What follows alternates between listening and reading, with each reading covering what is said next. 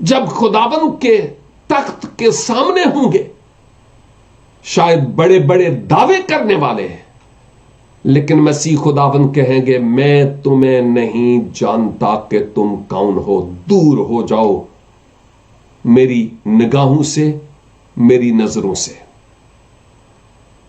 او میرے بھائیوں اور بہنوں، کیا ہم ان تین نوجوانوں کی طرح جہاں کہیں ہیں اپنے خداوند کا اقرار کرتے ہیں یا انکار کرتے ہیں؟ اپنے کاموں سے، اپنی گفتگو سے، اپنی بات چیت سے، اپنے چال چلن سے کیا ہم مسیح کا اقرار کرتے ہیں یا اس کا انکار کرتے ہیں؟ کہیں ہم دوسروں کو اپنے بارے میں بتاتے ہوئے کہ میں مسیحی ہوں شرماتے تو نہیں ہے کہیں؟ چاہیں تو نوٹ کر لیجئے، مرکز کی معرفت لکھی گئی انجیل، اس کا 8 باب اور اس کی 38 آیت، اور پھر لوکا کی معرفت لکھی گئی انجیل مقدس، اس کا 9 باب اور اس کی 26 آیت، جو میں تلاوت کر ہی لیتا ہوں، جو میرے لیے اور آپ کے لیے بڑی معنی خیز ہے۔ یہاں پر کلیئرلی، واضح طور پر ہم اس حقیقت کو دیکھتے ہیں کہ خداوند یسوع مسیح فرماتے ہیں جو مجھ سے شرمائے گا میں اس سے شرماؤں گا۔ جو انسانوں کے سامنے میرا اقرار کرے گا میں آسمانی باپ کے سامنے اس کا یعنی اقرار کروں گا، اور جو دنیا کے سامنے میرا انکار کرے گا میں آسمانی باپ کے سامنے اس کا انکار کروں گا۔ جو دنیا میں میرا اقرار کرنے میں شرمائے گا میں آسمانی باپ کے سامنے اس کا اقرار نہیں کروں گا۔ ہم کہاں ہیں؟ اگر آج ہم چلے جائیں تو کیا خداوند یسوع مسیح میرا اور آپ کا اقرار کریں گے؟ عزیزو، یہ جو نوجوان تھے، ان کی اس داستان اور اس تجربہ سے ہم رومیو 8 کی 28 کو یاد کرتے ہیں، جہاں پر لکھا ہے خدا سے محبت رکھنے والوں کے لیے سب چیزیں مل کر بھلائی پیدا کرتی ہے۔ بعض اوقات خدا مجھے اور آپ کو آگ کی بھٹیوں میں سے جانے دیتا ہے، ہم آئے کرتے ہیں، ہمیں تکلیف ہوتی ہے، شاید حالات کے شعلے ہمیں جلاتے ہیں، لیکن خدا کا کلام کہتا ہے سب چیزیں مل کر تمہارے لیے بھلائی پیدا کرتی ہیں۔ شاید ہم جس سے اپنی جان بچانا چاہتے ہیں، او خداوند میرے ساتھ ایسا نہ ہو، پاسبل ہے خدا اسی سے گزارنے کے بعد ہماری وفاداری کے نتیجہ میں ہمیں رہائی بخشے۔ لیکن جب تک ہم اس بھٹی میں ہوتے ہیں ہمارا رویہ کیا ہوتا ہے، ہمیں اپنے آپ سے پوچھنے کی ضرورت ہے۔ آئیے ہم دعا کریں۔ قادر مطلق خداوند، ہم شکر گزار ہیں کہ روح القدس کی تحریک سے لکھے گئے اس کلام کے وسیلہ سے آپ ہم سے بات کرتے ہیں۔ بعض اوقات دنوں، ہفتوں، مہینوں اور سالوں تک ہم آزمائش کی بھٹی میں لگے رہتے ہیں، تاکہ آپ اپنی صورت ہم میں دیکھیں، اور جب تک آپ کو اپنا آپ نظر نہ آئے اس وقت تک آپ ہمیں بھٹی میں لگے رہنے دیتے ہیں۔ او خداوند، آپ کی اس محبت کے لیے شکر ہو کہ ہماری میل کچیل کو اپنے پاک روح کی آگ سے آپ صاف کرتے ہیں۔ جلال اور عزت آپ کے نام کو ملے۔ او خداوند، ہم صرف نرے زبان سے گیت گانے والے اور نرے آپ کا اقرار کرنے والے نہ ہوں، اسی شیراں دیاں غاراں وچ وڑاں گے، بلکہ خداوند سچ مچ ایمان کی خاطر، ایمان میں مستحکم ہوتے ہوئے اس ایمان کی جنگ لڑتے چلے جائیں۔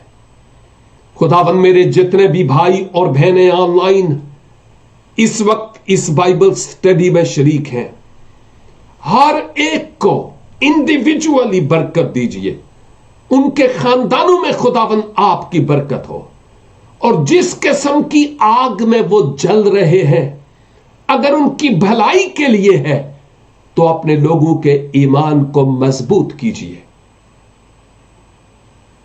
اور ہر اس زور آور سورمے کو ابلیس کے کمانڈوز کو حکم دیتے ہیں یسوع کے نام سے راستے سے ہٹ جائیں، اور خداوند آپ کے لوگ بیماریوں سے شفا پائیں، ٹینشنوں سے آزاد ہوں، بدروحوں سے رہائی پائیں، خاندانی ٹینشنوں سے آزاد ہوں، اور مسیحا آپ کا نام ہماری زندگیوں سے جلال اور عزت پاتا رہے۔ سنیے ہماری دعا اور التجا کو اور قبول کیجئے مسیح خداوند کے وسیلے سے، آمین اینڈ آمین۔ خداوند آپ سب کو اور مجھے بھی اس کلام کے مطابق مضبوط کریں اور آگے بڑھنے کا فضل بخشیں۔ خداوند نے چاہا تو پھر ملیں گے، تب تک کے لیے خدا حافظ۔